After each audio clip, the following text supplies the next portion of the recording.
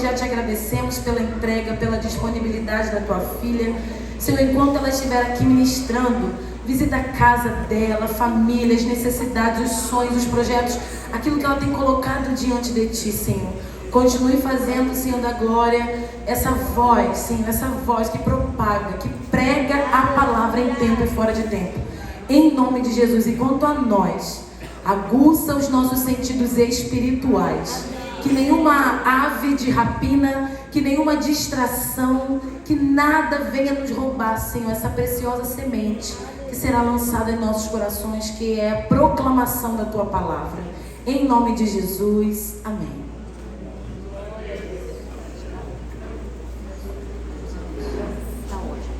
Amém. Cumprimento os irmãos com a paz do Senhor. Amém. Amém, queridos. Em pé como vocês estão, deixa eu pedir. Deixa eu pedir que vocês abram a Bíblia, o livro, a carta que Paulo escreveu aos nossos irmãos Efésios. Efésios, capítulo de número 3. Nós temos um versículo apenas para ler, que é o versículo 1. Efésios 3, versículo 1. Você que achou, já achou, diga amém. Amém. Efésios 3, versículo 1. São poucas palavras, eu leio e depois de mim você lê. Diz a palavra do Senhor: por esta causa, eu, Paulo, sou o prisioneiro de Jesus Cristo, por vós, os gentios. Todos juntos? 1, 2, 3. Por esta causa, eu, Paulo, sou o prisioneiro de Jesus Cristo, por vós, os gentios. Amém. Você pode tomar o seu assento. Queridos, nós estamos reunidos nesses 3 dias, tratando desse tema que está aqui atrás de nós, prisioneiro de Cristo. E hoje foi deixado comigo essa missão, da gente olhar um pouco para o que a gente já começou a ver, que foi a vida do apóstolo Paulo, a entrega do apóstolo Paulo, a decisão do apóstolo Paulo de se fazer um prisioneiro de Cristo. E a gente teve essa oportunidade agora de ouvir, de ver essa peça. Eu acho que eu nunca tinha visto uma peça de teatro assim, viu, irmão? Vocês estão aí num nível muito acima do que a gente está habituado. Então, assim, Deus guarde o coração de vocês, que Deus livre vocês aí de qualquer retaliação, mas eu sei que foi algo poderoso da parte de Deus. E nos deu a oportunidade da gente olhar, então, para a última carta que Paulo escreve ao seu filho na fé, Timóteo. Eu costumo dizer que 2 Timóteo é como se fosse o testamento de Paulo, né? O que você coloca no testamento? É a sua vontade final. Para quem vão os bens, o que fica de legado, como que deve ser a administração, quem vai ser o inventariante, quem vai se responsabilizar por cuidar dos animais que ficam, do cachorrinho, de não sei quem, ou quando muito dos filhos, ou se você vai instituir alguma fundação para depois da sua morte, de onde vai vir o dinheiro, como vai ser a captação. Então todos aqueles seus desejos finais que se referem àquilo que vai ficar de você depois que você se for. Notoriamente, se a gente está falando aqui de bens, a gente deixa no testamento. E Paulo, ele deixa como seu legado, como sua vontade final, como seu testamento, não cargos, bens, nem o desejo que se constitua uma fundação apóstolo Paulo para benefício dos crentes da igreja primitiva. Na verdade, a preocupação de Paulo é o que ele fez no ministério inteiro. Ele investe em pessoas. E ele investiu, e agora ele continua investindo agora em Timóteo, e dizendo a Timóteo que Timóteo tem que continuar a caminhada. Eu acho interessante, irmãos, porque normalmente nós temos uma tendência humana, isso é normal, não quer dizer que seja boa, mas é algo que está em nós, que é uma tendência à autocomiseração. O que é isso? É a autovitimização, é aquele sentimento de autopiedade. Não é da geração de vocês, nem é muito da minha, é uma geração anterior. Tinha um desenho animado, que acho que era um cachorrinho, era um bichinho, que ele vivia lamentando: ó vida, ó céus, ó azar. Diz aí o pessoal com 30 mais, que já identificou alguma coisa da sua infância. Paulo tinha muitas razões para fazer das suas últimas palavras uma longa lista de revanches contra desafetos, ou uma longa lista de coisas a resolver, pendências que ficaram pelo caminho. E a preocupação de Paulo, no final das contas, é como é que vai ficar Timóteo. A preocupação deles são as pessoas. Que bonito, irmãos, como é bom a gente ter um conceito de humildade, que não é humildade conforme o mundo. Porque humildade, muitas vezes, no senso comum, ela acaba parecendo um pouco com essa autocomiseração, com essa autopiedade. Ai, pobre de mim, coitado de mim, é quase um complexo assim de inferioridade. Uma pessoa humilde é uma pessoa que se acha pequena, feia, horrorosa, inútil, desprezível, nojenta. Uma pessoa feia, uma pessoa que acha que não serve, uma pessoa humilde é uma pessoa que acha que não serve para nada, que acha que não vai dar para nada. Nada mais distante do conceito de humildade que a gente tem na Bíblia. Inclusive, o homem mais humilde do mundo não, né? O homem mais humilde da sua época, provavelmente, se a gente confia no texto bíblico, como a gente confia, foi Moisés. E Moisés vai dizer a respeito de si próprio que era um homem manso, o mais manso. Só que quem escreveu isso foi o próprio Moisés. E hoje em dia, manso e humilde na Bíblia são praticamente sinônimos, tá? Mansidão e humildade, às vezes, são intercambiáveis. É assim que aparece o fruto do Espírito. Gálatas 5 vai trazer o fruto do Espírito, algumas pessoas mansidão e outras humildade. Então, quando ele diz que não tinha outro homem tão humilde como Moisés, e é o próprio Moisés que fala, não é que Moisés fosse menos humilde por se reconhecer humilde. No nosso senso comum é assim. Se é humilde de verdade, não vai dizer que é humilde. Se é humilde de verdade, vai dizer que é um cachorro. Se é humilde de verdade, vai dizer que não presta, que é desprezível. Isso aqui é humildade. Não é não, irmãos. Humildade verdadeira, e eu gosto desse conceito de C.S. Lewis, não é pensar pouco de si, é pensar pouco em si. Não é que você se ache inútil, desprezível, feioso, horroroso. É que você não está preocupado com você. Você tem outras preocupações que vão além de você próprio, do seu egoísmo, do seu egocentrismo. O mundo não está reduzido às suas expectativas ou às suas necessidades. Você desloca o centro de gravidade do mundo, do seu umbigo, para fora de você. E agora você não pensa apenas em você, você pensa pouco em você, você pensa mais no reino, você pensa mais nos outros, você pensa mais na obra, você pensa mais nas gerações que vão ficar. E Paulo, quando está indo embora, não está preocupado com o que vão fazer com o corpo dele, com o que vão fazer da casa dele, onde vão parar os livros dele. Eu estaria preocupada. Eu ia fazer um resumo, ó, isso aqui vai para fulano, isso aqui vai para ciclano. Timóteo, eu só quero que você cuide de você. Eu só quero que você vá em frente, eu só quero que você continue, eu só quero que você não desanime, eu só quero que você esteja preparado. Então olha como a gente aprende com o apóstolo Paulo, irmãos. Pense menos em você, pense mais nos outros, e você vai ser humilde. Não é achar que você é um nada, porque se você começar a sair, se você sair daqui, depois de uma ministração como essa, que fala a respeito de sermos prisioneiros, você começa a achar que, bom, então eu realmente não vale nada. Não, não tem nada a ver. Você tem muito valor, você foi criado à imagem e semelhança de Deus. E você foi resgatado pelo poder do Evangelho para agora se parecer cada vez mais com um filho, o primogênito dentre muitos irmãos. Se você tem valor, claro que tem. Você tem importância, claro que tem. Deus te dotou de talentos, de capacidade, capacitação do Espírito Santo. Deus te dotou de dons. Deus te deu uma vocação. Deus te deu um chamado. Deus conta com você. Claro que você tem valor. Agora, isso significa que você não tem que ficar todo dia pensando no seu valor. Você tem que começar a olhar para os valores que Deus colocou aí e começar a valorizar quem Deus valoriza também. Menos em você e não menos de você. Não pense pouco de si, pense pouco em si. Pessoas humildes que eu conheço são as pessoas que acordam de manhã pensando: como eu posso ser útil hoje? Em que área eu posso servir? Onde eu posso ajudar? O apóstolo Paulo foi um exemplo disso. Você nunca vai ver o apóstolo Paulo numa autocomiseração. E agora, na carta aos Efésios, que a gente abriu aqui, para ler só um versículo, você vai descobrir que Paulo tinha muitas razões para cair nessa autovitimização, nessa autopiedade, nesse coitadismo, nesse senso de pobre de mim, coitado de mim. Porque o apóstolo Paulo está vivendo mais uma das suas prisões, são pelo menos duas que a gente sabe.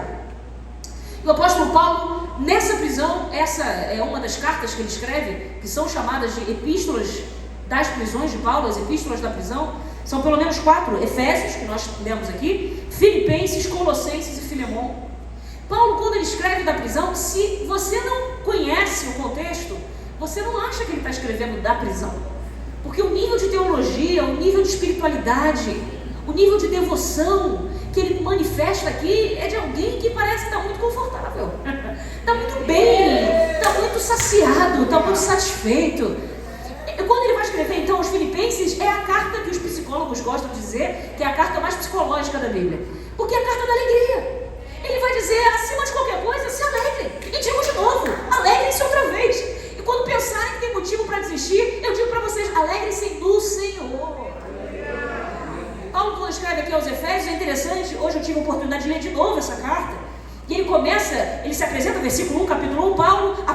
Jesus Cristo pela vontade de Deus, aos santos que vivem em Éfeso e são fiéis em Cristo Jesus, que a graça e a paz de Deus, nosso Pai e nosso Senhor Jesus Cristo estejam com vocês. E no versículo 3, olha como ele começa com louvor. Eu costumo dizer que a carta aos Efésios é um culto, porque essa carta tem louvor, essa carta tem oração e essa carta tem pregação. Essa carta é um culto.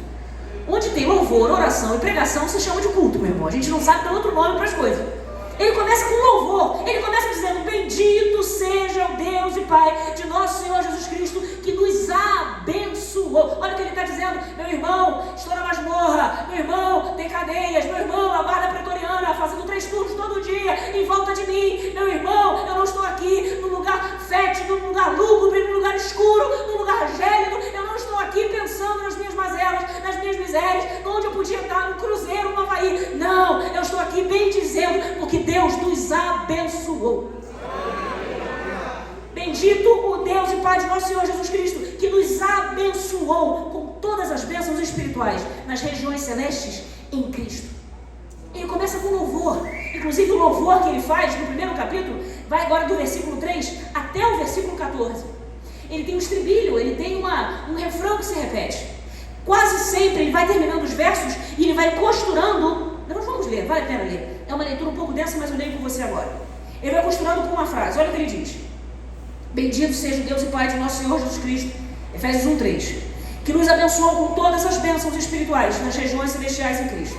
Antes da fundação do mundo, Deus nos escolheu nele, para sermos santos e irrepreensíveis diante dele. Em amor nos predestinou para ele, para sermos adotados como seus filhos, por meio de Jesus Cristo, segundo o propósito da sua vontade. Agora diga assim comigo: para louvor da sua glória. Algumas versões dizem: para louvor da glória de sua graça. Essa expressão, para louvor de sua glória, para louvor de sua glória, ele repete isso: para louvor da glória de sua graça, que ele nos concedeu gratuitamente no amado. Nele, repete pela segunda vez, ele nos escolheu nele. E agora ele diz no versículo 7: nele temos a redenção pelo seu sangue, a remissão dos pecados, segundo a riqueza da sua graça, que Deus derramou abundantemente sobre nós, em toda sabedoria e entendimento.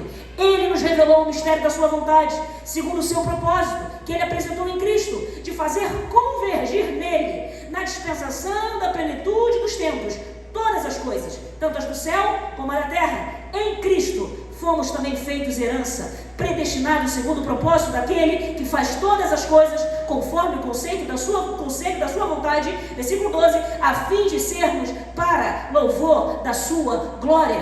Nós, os que de antemão esperamos em Cristo, nele também, vocês, depois que ouviram a palavra da verdade, o evangelho da salvação, tendo nele também crido, receberam o selo do Espírito da promessa. O Senhor é o penhor da nossa herança, até o resgate da sua propriedade, em louvor da sua glória. Isso tudo é considerado, se você quiser acreditar ou não, um parágrafo. É claro que para fins de leitura, a fins de organização do texto, a gente quebrou em ponto, vírgula e colocou versículos. A gente fez uma edição para tornar esse texto mais compreensível, mas é considerado o maior parágrafo da Bíblia em extensão e também em intensidade. É um louvor que Paulo está aqui liberando ao Deus do seu amor. E ele está dizendo: para louvor de sua glória. Ele nos abençoou, ele nos escolheu, ele nos redimiu, ele nos aproximou, ele nos fez assentar em lugares altos. Olha como nós somos abençoados. O foco de Paulo nas suas cadeias, na sua prisão, não é lamentar-se, não é autopiedade. Ele está aqui e ele não importa o lugar em que ele esteja, ele tem uma certeza: nós somos abençoados. Eu me pergunto, meu irmão, se a enfermidade às vezes impede que a gente perceba como a gente é abençoado. Se o diagnóstico às vezes impede que a gente perceba como a gente é abençoado. Se a crise, se o boleto, se as notícias, se as situações, se as adversidades às vezes impedem que a gente reconheça. O apóstolo Paulo me ensina: não importa a adversidade, não muda a realidade da nova identidade que Deus nos deu. Nós somos filhos eleitos nele e abençoados em todas as coisas por ele, para louvor da sua glória. Então eu gosto dessa carta por isso, porque ela começa com louvor. Toda carta que começa com bendito seja o Senhor, você tem que pensar: uma explosão de alegria. Que Quando a gente faz a leitura, a gente às vezes tem aquele hábito de ler como se a gente estivesse rezando uma missa, né? Bendito Senhor Deus, Pai nosso Senhor Jesus Cristo. Como se fosse uma coisa. Não é, irmãos. Não é. A gente tem que começar a tentar entender o contexto e se colocar naquela situação e tentar ler com os olhos de quem escreveu, enxergar os pontos de exclamação até onde eles não estão, tentar absorver o sentimento que Paulo está passando aqui. E o sentimento dele para os Efésios é: não tenham pena de mim. Não é para ficar se comiserando, não é para ficar dizendo pobre coitado do Paulo, olha o que aconteceu, olha o miserável que ele é. Não! Em vez de estarem preocupados com isso, preocupem-se em glorificar a Deus, porque todas as coisas cooperam conforme o propósito dele. Preocupem-se em bem dizer ao Senhor. Por quê? Porque tudo ele faz para louvor da sua glória. E as nossas cadeias não são diferentes, elas não estão excluídas do projeto de Deus. Por isso, Paulo não se vê como prisioneiro de Nero. Paulo não se vê como prisioneiro de Roma. Paulo não se vê como alguém que está detido, encarcerado, fruto de uma injustiça sistêmica do Império Romano, ou fruto da inveja dos judeus que não suportavam a pregação de Paulo. Não, Paulo não se vê como prisioneiro do Sinédrio, nem prisioneiro dos judeus, nem prisioneiro dos romanos, nem prisioneiro do Império. Paulo se vê: eu sou prisioneiro de Cristo. Sabe o que ele está me dizendo? Ele está dizendo para mim e para você: circunstâncias que nos acontecem não são regidas pelo acaso, não são regidas pela vontade dos nossos inimigos e nem são determinadas pelo diabo ou quem quer que seja. Nossa vida é regida e governada pelo Senhor. Somos prisioneiros, somos, mas de quem? Das circunstâncias. Tem uma música que o pessoal canta aí fora, você que veio do mundo talvez conheça, e até quem não veio do mundo, mas todos viemos em algum momento, o Senhor nos resgata. Mas é uma música popular, uns anos atrás, que dizia assim: o acaso vai me proteger enquanto eu andar distraído. Não é para cantar não, vai, vigia. O pessoal ficou tentado assim. Eu tenho esse problema, eu gosto de citar canções do cancionário popular, porque eu sei que isso permeia o nosso imaginário, né? E às vezes até teológico. E aí é engraçado porque de vez em quando eu cito Elis Regina, Cazuza, e o pessoal fica empolgado. Ela fala: irmão, segura, em nome de Jesus, você é prisioneiro de Cristo, fica aí no teu cativeiro cristão, tu não sai disso não. E aí o acaso vai me proteger enquanto eu andar distraído. É o maior dos absurdos mesmo. Porque o acaso não protege ninguém de nada, quanto mais você que está distraído. Nós não somos, irmãos, protegidos pelo acaso. Nós não somos fruto do sabor, do destino, da fortuna, da circunstância, da sorte, do azar. Tudo que acontece na nossa vida, a Bíblia vai dizer, Salmo 139, que nenhum dos nossos dias havíamos vivido ainda e todos eles já estavam escritos no seu livro. Muito antes de você nascer, o seu nascimento não foi uma decisão do seu pai ou da sua mãe, ou uma situação, um acaso. Alguém já me disse, eu já devo ter falado isso, você talvez ouviu, mas é algo que me marcou muito. Um adolescente uma vez disse para mim: Glorinha, nada vai dar certo na minha vida porque eu sou um aborto frustrado. Sabe o que estava me dizendo? Estava me dizendo, e ele disse isso: a minha mãe não me quis, o meu pai não me quis, o médico não me quis, tentaram me tirar, e aí não conseguiram nascer. E eu falei assim: pois você está olhando toda a sua vida refém de uma mentira do diabo, de uma perspectiva torcida sobre quem você é. Seu pai não te quis, sua mãe não te quis, o médico não te quis, mas Deus te quis tanto que foi contra pai, mãe, médico, remédio, abortivo. Ninguém teve o poder de impedir você de nascer, porque a sua vida é um projeto de Deus. O salmista no Salmo 139 vai dizer: Senhor, tu me formaste no ventre da minha mãe. Quem nos forma no ventre da nossa mãe é Deus, irmãos. Ele nos entreteceu. Olhos não viram ainda a substância informe que havia no ventre da sua mãe, quando você era um amontoado de células, sem nome, sem identidade, alguns vão dizer até sem alma. Deus sabia que você tinha alma, Ele havia feito você ali. Os médicos quando olham, eu amo esse salmo, os médicos quando olham para o Salmo 139, eu lembro do pastor Marcos Messias, foi meu pastor de jovens, médico nefrologista, e ele dizia o seguinte: esse verbo é muito preciso, parece que Davi tinha acesso a uma máquina que estava vendo coisas que na época dele não podia ver. Parece que ele tem ali alguma coisa acontecendo, então uma ultrassonografia. Porque ele vai dizer, o verbo é entreteceste-me. Entretecer significa literalmente cobrir tecido depois de tecido, depois de tecido, que é exatamente o que as células vão fazendo no interior do ventre de uma mulher. Os tecidos vão sendo recobertos. E é isso que Deus fez com você. tecido a tecido, célula a célula, tecido a tecido, órgão a órgão, sistema a sistema. Deus estava formando você. O Senhor me formou no ventre da minha mãe. E sabe, irmãos, no meio de todas essas circunstâncias, tem gente que diz ainda que alguns nasceram para dar certo e outros não. Quem controla isso é o acaso, é a fortuna, é a circunstância. Deixa eu dizer algo para você, Paulo não joga na conta de Nero, nem na conta do diabo, nem na conta dos judeus a sua prisão. Ele vai dizer, essa prisão é uma circunstância. O prisioneiro de verdade, eu sou do Senhor. Você quer saber a quem eu estou preso? Não à vontade dos homens, não ao desígnio dos homens, não ao bater no martelo de um juiz dos homens. Não, eu estou preso à vontade de Deus, à decisão de Deus, ao propósito de Deus. É dele que eu sou prisioneiro. E ele vai dizer isso 2 vezes. Ele diz isso no capítulo 4 de Efésios, versículo 1. Por isso eu, o prisioneiro no Senhor, peço que vocês vivam de maneira digna da vocação a que foram chamados. Paulo tem uma preocupação no coração dele. Ele não se vê como miserável, ele não quer que os outros o vejam também, porque ele sabe que as cadeias humanas não são nada, a não ser uma vírgula no projeto de Deus para ele. São uma ocasião, são um momento que Deus propicia. Escute isso, as algemas são um momento que Deus propicia a Paulo para serem 2 coisas pelo menos. Primeiro, uma oportunidade para evangelizar. Olha o que ele vai dizer mais adiante aos Filipenses, capítulo 1, versículo 12.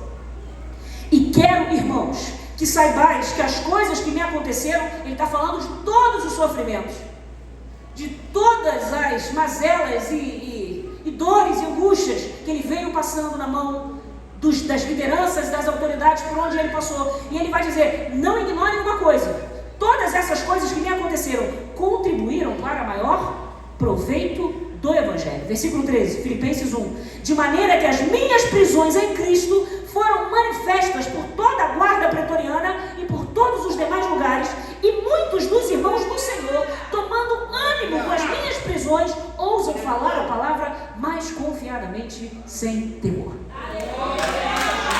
Paulo está olhando para a sua vida, ele vai dizer, em vez de, quando forem escrever a minha biografia, por favor, respeitem Paulo, ele está dizendo, respeita a minha história, não é isso que a gente fala? Respeita a história de Paulo. Quando forem escrever a minha biografia, em vez de escreverem de mim como sendo um desafortunado, um pobre coitado, alguém sem sorte na vida, alguém que deu muito azar, porque todo lugar que ele tinha acabava preso, acabava surrado, acabava tomando pedrada, acabava tendo que se fazer de morto, tendo que ser descido pelo muro para poder escapar de um projeto de assassinato que foi descoberto pelo sobrinho. Tudo que acontece com ele parece que dá errado, e a gente coça a cabeça para dizer, Paulo, tu não deu sorte mesmo, né, Paulo? Tem gente que é assim mesmo, é o azar, é a vida, não nasceu virado para a lua. Tem gente que é assim, e Paulo vai dizer, pelo amor de Deus, não ignorem o seguinte, tudo que me aconteceu foi para proveito do Evangelho, tudo que me aconteceu para que o Evangelho crescesse, a palavra que não está presa, alcançasse corações, e muitos que ouvem o que eu estou passando, em vez de se lamentarem a respeito do meu destino, tomam coragem, tomam ânimo, tomam fôlego e vão pregar com ousadia e sem temor. Sabe o que Paulo está me dizendo? Que a gente tem que ter a postura certa diante da história dele. E a história dele não é uma história de alguém que, apesar de tudo que sofreu em vão, sofreu sem propósito, sofreu sem nenhuma outra razão que não fosse uma maré de azar. Paulo está dizendo, prisioneiro de Cristo. Isso quer dizer que Cristo é quem rege, é quem determina, de Cristo eu sou, para Ele eu vou. Não existe nada que aconteça na minha vida que escape da esfera de autoridade e do controle de Deus. Paulo tem certeza disso. Ele vai dizer, essas algemas servem como oportunidade para evangelizar. A guarda pretoriana ficou 2 anos na cola de Paulo. Era um total de 16 mil guardas, escute isso, faziam turnos de 3 vezes ao dia, e era a guarda de elite do imperador. Historiadores vão dizer que muitos filhos de senadores e filhos de autoridades políticas relevantes tinham que passar por treinamento militar. Só que como os pais não queriam mandar esses filhos lá para o fronte, para frente da batalha, onde eles podiam se ferir, eles deixavam muitos deles servindo aonde? A guarda pretoriana, porque é a guarda de elite, guarda preso político, e vamos combinar, entre você estar num campo de batalha, correndo risco de tomar uma flechada do bárbaro, e você está dentro do palácio, onde quer, mesmo que dentro da masmorra, com um preso político, que na verdade é um velhinho, que passou os últimos anos pregando heresia de judeu, porque era assim que o cristianismo era visto no começo, as heresias dos judeus, os problemas internos deles lá, as dissidências e vertentes das tradições dos judeus. Você imagina que muitos desses filhos de autoridade passaram pelas mãos de Paulo. E o que você acha que Paulo fazia enquanto está aprisionado? E ele vai dizer, é muito esse texto, né? Foram manifestas por toda a guarda pretoriana e por todos os demais lugares. Sabe por quê? Porque esses soldados que se revezavam, meu irmão, você está perto de Paulo, é evangelho deles, é Bíblia para eles, é palavra deles. Eles estão ouvindo, eles estão recebendo. E você vai dizer, teve fruto, Glorinha? Teve? Como que eu sei? Esse é o primeiro capítulo que eu estou lendo de Filipenses. Mas se você vai para Filipenses 4:22, olha como ele encerra a carta quase encerrando. Todos os santos vos saúdam, e principalmente os da casa de César. Todos os santos vos saúdam, e especialmente, algumas versões vão dizer, os da guarda do imperador. Sabe o que está me dizendo isso? Paulo, irmãos, por ação de Deus, por meio de Paulo, melhor assim, Deus, por meio de Paulo, infiltrou dentro da casa do imperador, dentro da casa de César, santos, remidos, lavados, por conta das prisões de Paulo. Porque Paulo passou pelo que passou, porque enfrentou as cadeias que enfrentou, Deus colocou ele de frente para gente que não ouviria o evangelho de outro modo. Mas porque está grudado nele, não tem opção. Está grudado, está algemado com Paulo. Paulo está dizendo, vou almoçar e vou orar, e você vai me ouvir orando, agradecendo esse alimento. Vou abrir esse parênteses e vou fechar. Será que lá no seu trabalho tem gente algemada a você, que pode ouvir alguma coisa da sua boca que não seja reclamação? Que pode ouvir você glorificar a Deus, mesmo no meio das circunstâncias complicadas da vida? Será que você tem um testemunho vivo, pronto, enérgico, a respeito do que Deus fez por você? Está algemado com você, está do teu lado, está algemado contigo, meu irmão. No Uber, está algemado contigo. Só chega quando você chegar. Almoça com você, está na tua baia de trabalho, convive com você, estuda com você, é teu vizinho, é teu colega no cursinho, anda na mesma condução, meu irmão, é guarda pretoriana. Hoje é que é filho do senador tal, amanhã é um santo que está dentro da casa de César. O que Deus faz? A estratégia de Deus é essa, usa as algemas da nossa vida para quê? Oportunidade de evangelizar. E não apenas, ele vai dizer, elas também fornecem, as algemas fornecem um ambiente para que a gente manifeste a Deus um culto digno do Senhor. Que culto é esse? É o culto que ele está manifestando aqui aos Efésios. Nesta carta, que tem adoração, que tem louvor, nessa carta que tem oração. Paulo vai dizer por 2 vezes, por esta causa, uma vez ele fala explicitamente, por esta causa me ponho de joelhos. E outro momento aos Efésios ele vai dizer, eu estou aqui com esse texto, versículo 15, por isso também, tendo ouvido a respeito da fé que vocês têm, versículo 16, não cesso de dar graças por vocês, mencionando-os nas minhas orações, peço ao Deus, nosso Senhor Jesus Cristo, o Pai da Glória, meu Pai, o Pai da Glória, que conceda a vocês espírito de sabedoria e de revelação. Sabe o que Paulo está dizendo? Enquanto eu estou na prisão, eu bendigo ao Senhor, eu louvo. Enquanto eu estou na prisão, eu oro. Até de joelho eu fico aqui, pedindo ao Senhor pela vida de vocês. Enquanto eu estou na prisão, vocês vão receber as minhas cartas, exortando vocês, admoestando vocês a viverem uma vida condigna da vocação que vocês receberam. Eu fico pensando que a gente desperdiça as nossas prisões, irmãos. No meio da nossa crise, tem tanta coisa útil que a gente podia estar fazendo para Deus. Mas a gente, por causa da crise, paralisa.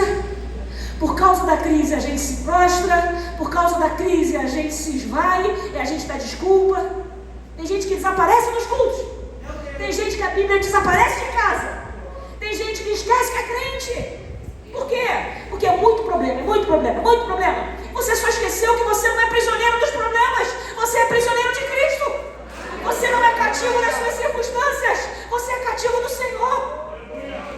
Se você é prisioneiro do Senhor, seus olhos são prisioneiros do Senhor. Eles não vão olhar qualquer coisa. Eles não vão passear por qualquer lugar. Eles não vão pousar onde não podem pousar. Eles não vão se deter onde não podem se deter. Seus olhos são prisioneiros do Senhor. Se seus ouvidos são prisioneiros do Senhor, você não vai ouvir o que você quer ouvir. Você vai selecionar o que você vai ouvir. E eu quero falar para uma geração de jovens e adolescentes, eu tenho essa liberdade, porque eu não volto aqui tão cedo. Deus abençoe, irmã. Vocês é que vão ficar aqui com a bomba, líderes. Então eu tenho a liberdade, meu problema é bom sucesso, eu estou resolvendo até hoje lá. Nós estamos na cidade dos espetáculos, irmãos. Dos grandes shows. E eu não aguento. Filho de crente, criado dentro da igreja, tendo que discutir comigo se pode ou não no show da Taylor Swift.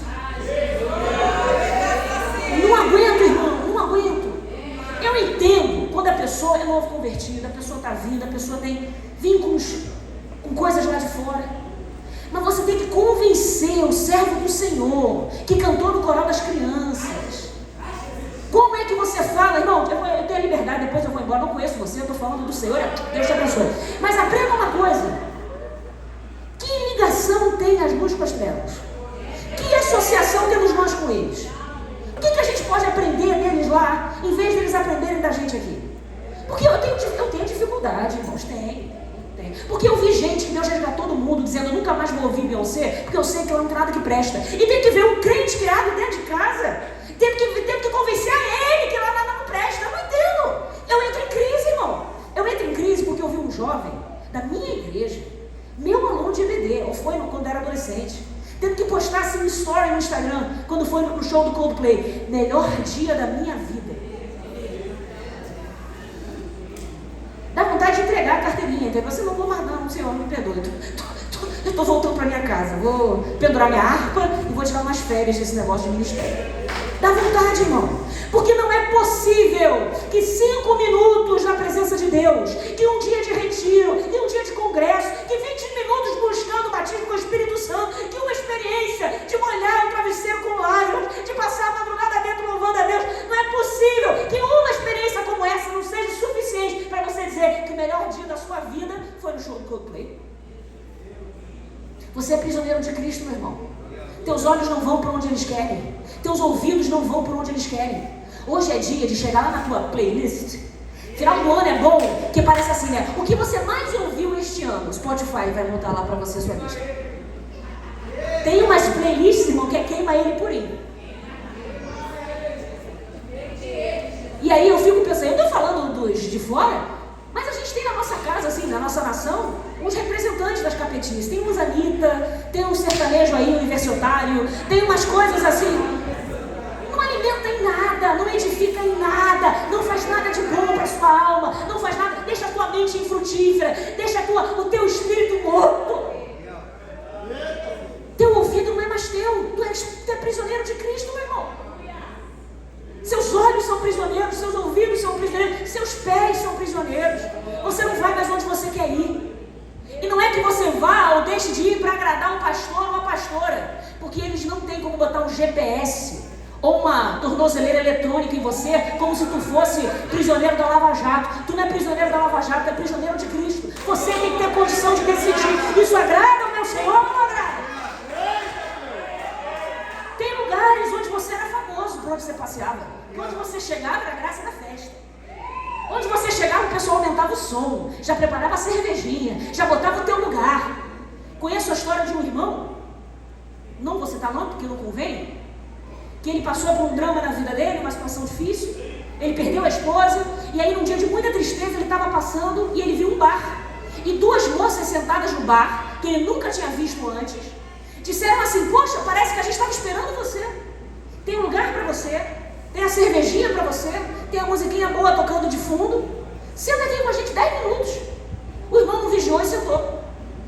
10 minutos de conversa. Coração ferido, passando um momento de luto. Você acha que o diabo não sabia de tudo isso? Na hora que preparou o laço? Na hora que preparou a armadilha? Pois então, o que aconteceu? Meses passaram, começa a namorar uma dessas meninas. Depois essa menina vem para a igreja, mas não vem de verdade, vem só para acompanhar. E ele não sabe se vem ou se não vem, porque chega uma hora que ele mesmo não sabe mais o que ele quer. Porque tudo isso lá na origem, quando ele esqueceu que os pés dele não vão mais onde ele quer ir. Porque não importa o que você perdeu, não importa o que você sofreu, não importa o tamanho da tua algema, ou da tua chaga, ou da tua masmorra, nada disso muda, meu irmão, a sua identidade. Paulo sabe disso. Paulo vai dizer: eu sou prisioneiro de Cristo, então eu não posso deixar que a adversidade mude a minha identidade.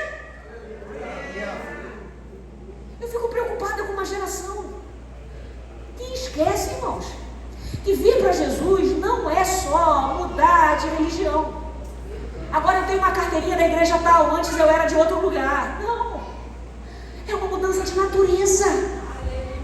A gente nasce de novo, a gente nasce do alto. E quem nasceu de novo é preso da sua nova identidade. Paulo vai dizer, e eu amo essa expressão de Paulo, eu sou prisioneiro de Cristo por vós. Sabe por que ele está dizendo isso? Porque eu estou preso à causa do Evangelho. Eu me fiz escravo dessa causa. E para pregar o Evangelho aos gentios, eu estou disposto até a enfrentar cadeias. Por causa do chamado de Deus, da vocação de Deus, que é maior do que meus sonhos e projetos pessoais, que é maior do que os meus interesses, que é maior do que os meus ideais. Por causa da causa, eu estou presa a isso. E se eu tiver que enfrentar a fúria do imperador, eu vou enfrentar. Por quê? Porque eu entendo que o meu ministério é falar a palavra aos gentios. Eu me fiz preso dessa causa. E eu pergunto a você, você sabe qual é o chamado de Deus para você? Você se fez preso dessa causa? Porque se você for um prisioneiro de Cristo, por amor à obra que Deus tem a realizar no mundo, por meio do seu serviço e do seu ministério, você vai ter que aprender a abrir mão de coisas, meu irmão. Estar na prisão significa abrir mão de pequenas liberdades. Tem coisas que convinham a quem estava lá fora, mas a você não convém mais. A gente falou isso aqui hoje, né? Eles podem, Timóteo. Você não. Por que Timóteo não pode? Porque Timóteo é um pregador da palavra. Porque Timóteo é um servo de Deus. E por causa do ministério que Deus confiou a você, tem coisas que você precisa aprender. É lícito, mas não convém. Então eu não vou me deixar governar, dominar, escravizar por nenhuma dessas coisas. Eu já sou prisioneiro de Cristo. O que não convém? Tem música que você vai ter que ir. Tem lugares que você vai ter que ir. Tem convites que você vai ter que rejeitar. Por quê? Clarinha, é a sua prisão, é a minha prisão. Eu vou ter que reconhecer e vou dizer, por amor aos gentios, que Deus quer que eu salve, que Deus quer que eu pregue, eu não vou em tal lugar, eu não vou fazer tal coisa, eu não vou usar tal roupa, eu não vou participar de tal momento. Tem uma coisa que eu me arrependo, irmãos, foi quando na minha formatura, o pessoal estava ali em volta, na hora de tirar a foto da formatura, arrumaram um negócio de champanhe, como é que é o nome daquele? Taça, nome muito difícil de lembrar, para usar bem, taça. Uma taça de champanhe, todo mundo, é pra foto. Eu lá na minha inocência, todo mundo, é pra foto. Peguei e levantei assim, depois eu vi a foto, eu fiquei com tanta vergonha. Eu pensei, meu Deus, domingo eu vou pregar na igreja. Se alguém bota assim a foto no telão. Aqui é a pregadora, irmãos, eu tô lá com a foto, com a taça do champanhe na mão. Eu não bebi, era pra foto. Mas se eu sou prisioneira de Cristo, nem pra foto. Não convém. Não, Glorinha, mas olha só, você não vai fazer não, é só para constar. Agradar quem? Me importa agradar meus amigos, me importa agradar a equipe da formatura que eu paguei. Eles estão trabalhando para mim, eu tenho que agradar eles? Eu tenho que agradar quem me salvou, quem me chamou, quem me vocacionou.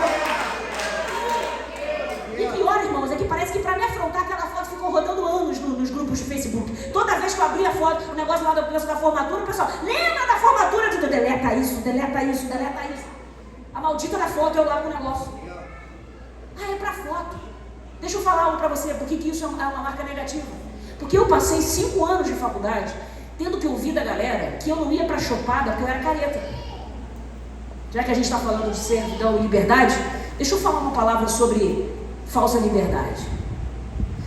Eles diziam o seguinte, Glorinha, já que você não vai na chopada, eu estudei na Faculdade Nacional de Direito, ali na Corvo Filho, número 8, no centro da cidade, da UFRJ.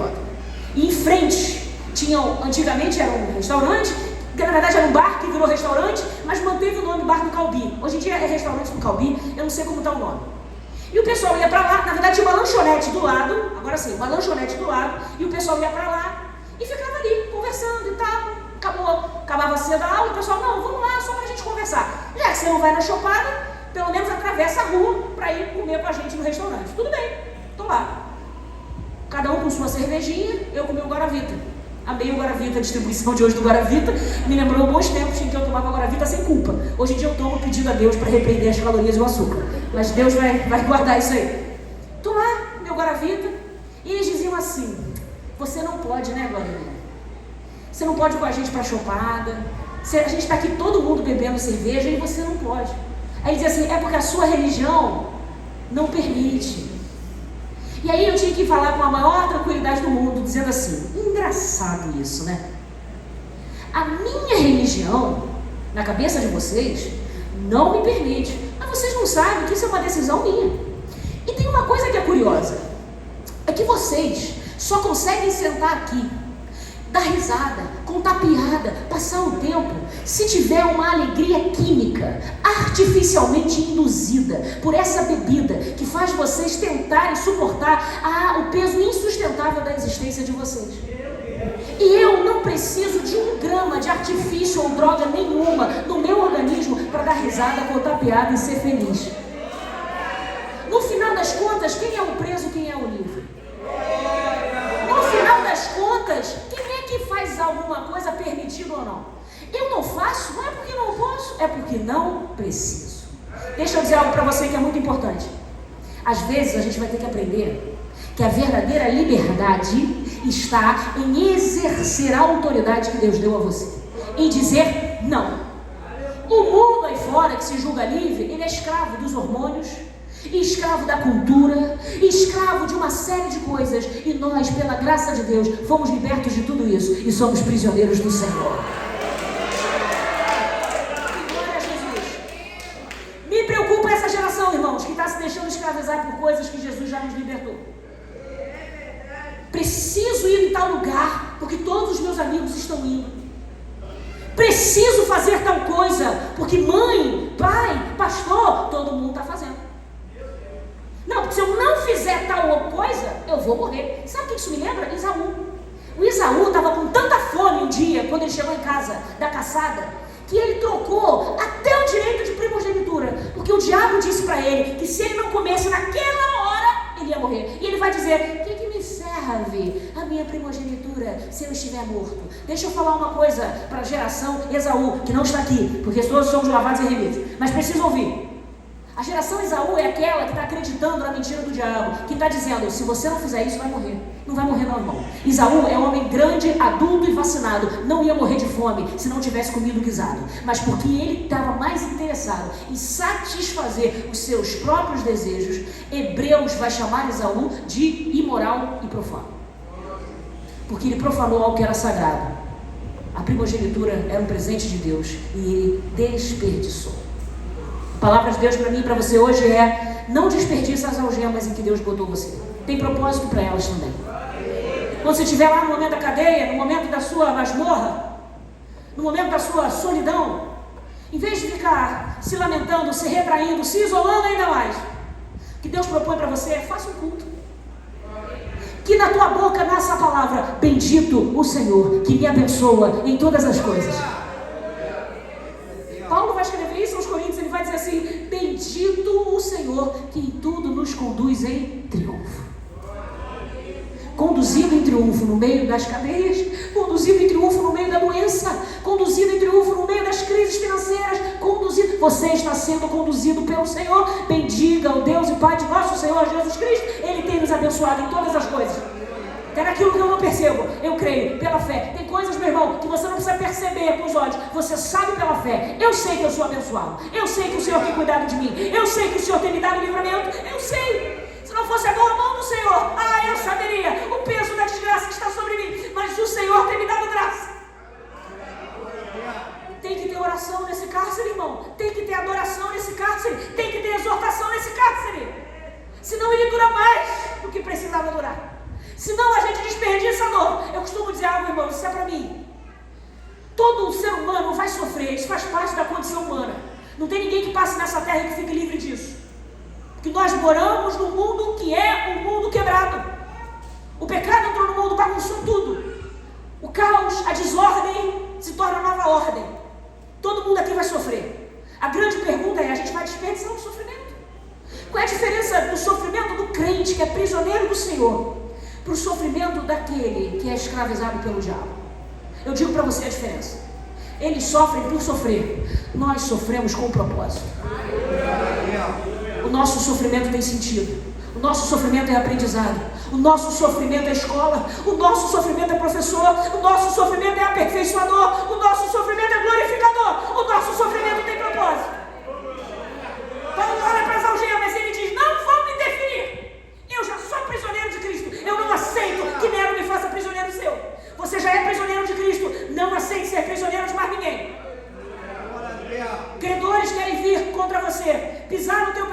A enfermidade quer rir na tua cara. O diabo tem se levantado contra a sua família. Meu irmão, essa afronta você não vai aceitar. Você é prisioneiro do Senhor. Use a autoridade que Ele te deu para fazer o inferno recuar. Eu sou prisioneiro de Cristo. Paulo vai dizer, eu carrego no meu corpo as marcas de Cristo. Ninguém me amole. Tem gente perturbando você, que você deixa perturbar. Não deixa que mexa com a tua autoestima. A tua autoestima não é definida pelo dinheiro que você tem na conta, pelo carro que você dirige, pela escola onde teus filhos estudam, ou se a conta do aluguel está em dia. Não! Isso não define a sua autoestima. Você tem que se ver como Paulo vai dizer, embaixador em cadeias. Tem que dar uma moral para Paulo, né, irmãos? Nada abalava aquele homem. Paulo vai dizer, estou lascado. O lugar escuro, se foi a prisão em Roma que ele ficou, Deus já me levou lá, irmãos. Que lugar complicado, é um buraco. A não sei quantos 1000 metros abaixo do rio, não, né? Senão tinha morrido. A não sei quantos metros abaixo do chão. Um lugar frio, um lugar úmido, um lugar fedorento. E no meio daquilo tudo, Paulo, não sou nem terceiro secretário, nem mero diplomata, eu sou embaixador em cadeias. E é bonito porque Paulo, quando ele vai pedir oração, porque Paulo é crente, crente pede oração, tu deixa de ser arrogante. Não tem problema nenhum pedir oração, pelo contrário, é teu dever. Meu irmão me socorre, meu irmão me ajuda, meu irmão estou numa luta. A pior coisa que tem é o crente nariz em pé. Tá tudo bem, irmão? Tá tudo bem. Isso não é autoestima, não, isso é falta de noção. Toma um semancol que passa. Paulo vai pedir oração, mas quando ele pede oração, você acha que ele pede oração para alguém reverter a decisão do STF do Romano? Na segunda instância? Você acha que Paulo pede para alguém fazer um lobby na corte do imperador para ver se muda a decisão, a sentença dele? Não! Porque ele sabe que não é prisioneiro de Nero, ele é prisioneiro de Deus. Ele sabe que ele está ali, não debaixo de uma decisão ou de uma ordem de Nero, mas por um propósito de Deus. E ele tem certeza disso. Olha a oração que ele vai pedir. Efésios, capítulo de número 3. 6, já é o final. Ele diz assim, cadê a oração de Paulo? 6, 18. Orem em todo o tempo no Espírito, com todo tipo de oração e súplica. Para isto vigiem com toda perseverança e súplica por todos os santos. 19. E orem também por mim. Para eu sair daqui? Não. Para que no abrir da minha boca me seja dada a palavra, para com ousadia tornar conhecido o mistério do Evangelho, versículo 20, pelo qual sou embaixador em cadeias, para que em Cristo eu seja ousado no falar, como me cumpre fazer. Glória a Deus pela vida desse homem, meu irmão. Ele é um exemplo para mim e para você, de que no meio das nossas cadeias não nos definem. Deixa eu falar algo para você. A tua esterilidade não define você. A tua dificuldade não define você. A tua língua presa não define você. A tua pouca escolaridade não define você. O teu endereço não define você. Tua cor de pele, teu cabelo, teu nariz, tua gordura, nada disso define você. Você tem que se ver pela cruz, você tem que se ver pela graça, você tem que se ver pelos olhos de Deus. E as cadeias em que Ele permite que você passe, você diz, não me prendem, eu estou presa a Cristo.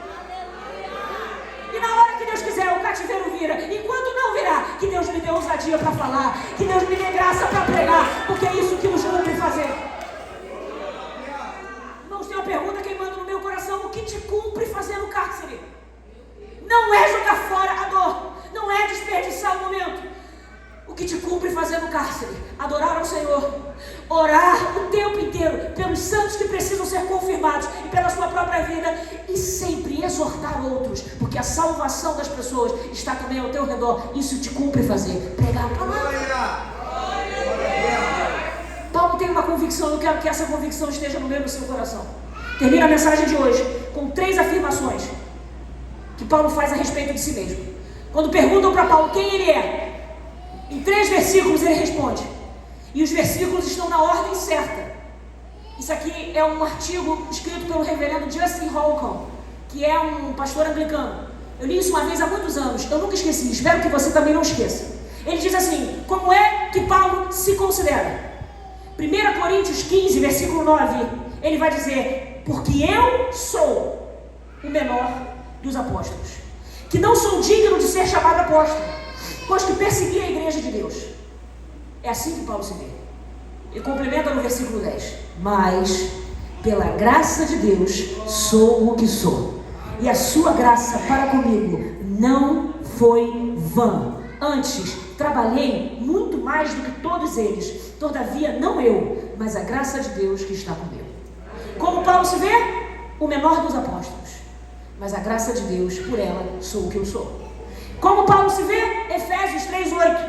A mim, o mínimo de todos os santos, me foi dada esta graça de anunciar entre os gentios, por meio do Evangelho, as riquezas insondáveis de Cristo. Em Corinto, escute isso.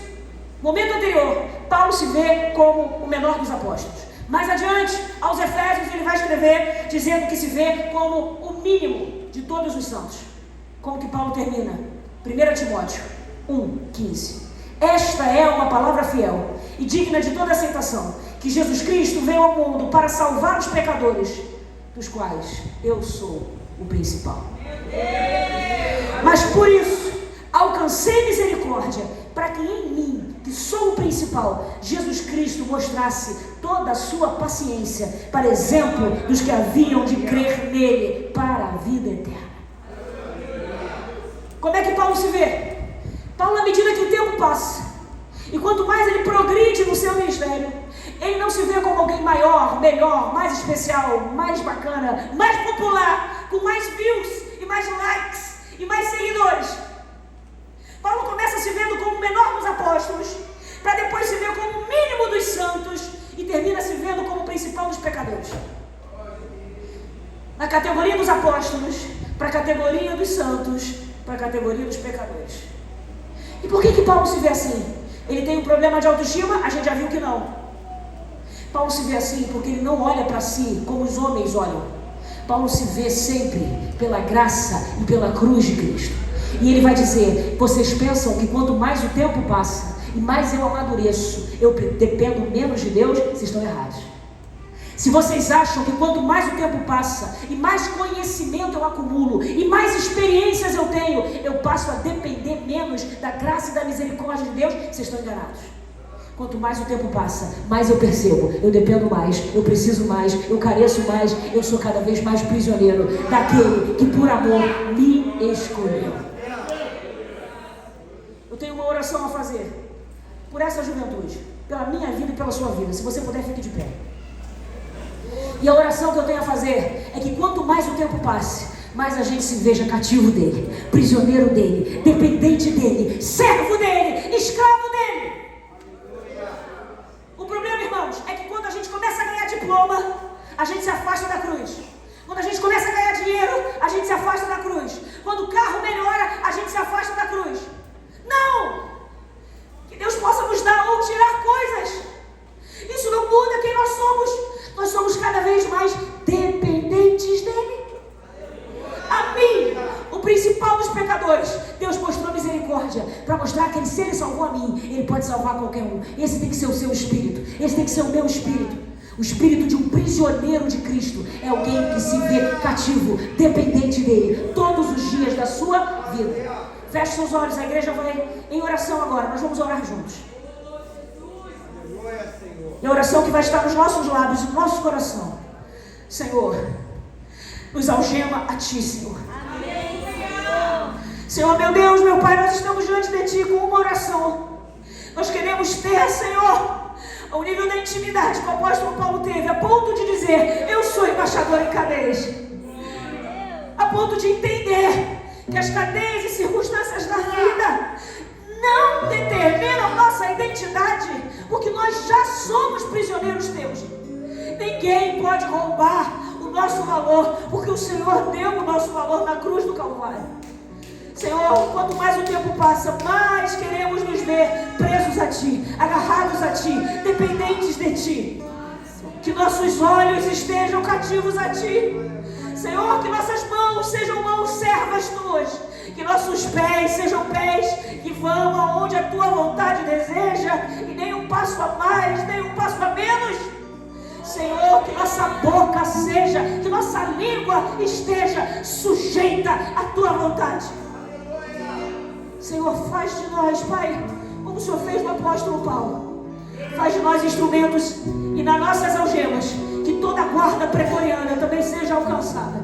Que nas nossas algemas, Senhor, coloca ao nosso redor pessoas que vão estar algemadas a nós para ouvir e receber e serem feitos santos dentro da casa de César. Eu te peço por essa geração que está aqui, Senhor, homens e mulheres que desejam acima de tudo viver dias para a Tua glória. E porque queremos viver para a Tua glória, não nos fazemos mais escravos dos nossos desejos. Senhor, rejeitamos, Senhor, a sujeição da cultura, dos hormônios ou do que quer que seja. Nós nos tornamos prisioneiros Teus, Pai. E como escravos de orelha furada, não queremos olhar para trás. Faz isso na nossa vida, Pai, para que Teu nome seja glorificado e somente o Teu nome. Em nome de Jesus te pedimos. Amém.